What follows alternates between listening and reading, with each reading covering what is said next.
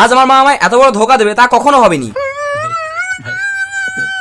দেখো আজ বিকালে যখন আমি শুয়ে শুয়ে ঘুমোচ্ছিলাম, মানে ঘুমিয়েছিলাম আর কি, তারপর ঘুম থেকে উঠে বাইরে গিয়ে দেখি আজকে ওয়েদারটা বেশ ভালোই ছিল, আর ভাবছিলাম যে এই ওয়েদারে একটু বিরিয়ানি হলে ব্যাপারটা বেশ ভালোই হতো। তাই মাকে গিয়ে বললাম, ও মা বাইরে এত সুন্দর একটা ওয়েদার, 100 টাকা দাও না, বিরিয়ানি খেতে যাবো।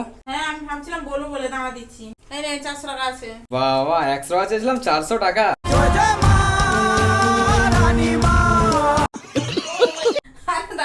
দাঁড়া 399 টাকা বাজার করবি আর 1 টাকায় একটা চকলেট খেতে খেতে বাড়ি আসবি।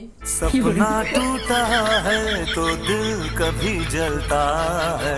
कैसे कैसे लोग रहते हैं यार।